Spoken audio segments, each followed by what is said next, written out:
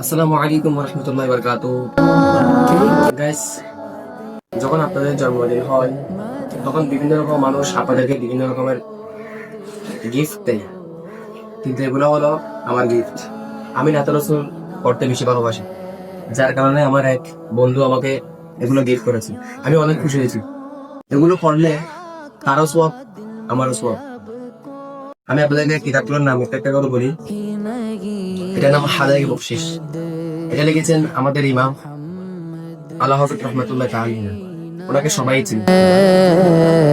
পুরোটা উর্দু কিতাব। এটা এটার নাম যৌকে নাথ। এটাকে লিখেছেন আলা হযরত শাহিনশাহ সুফান মাওলানা হাসান রেজা খান রহমাতুল্লাহ আলাইহি। অর্থাৎ আলা হযরতের ভাই হাবিবুল্লাহ বকশিস।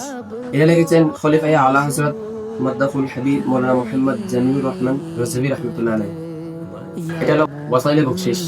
এটা লিখেছেন আমার পীর মোহাম্মদ ইলিয়াস আত্তার কাদেরী রেজভী জিয়াই দামাত ফাইজায়ে খান কিতাবের নাম। না, নাতে রসুলের নাম, নাতে রসুলের কিতাবের নাম। এরকম 8টা কিতাব গিফট করেছে।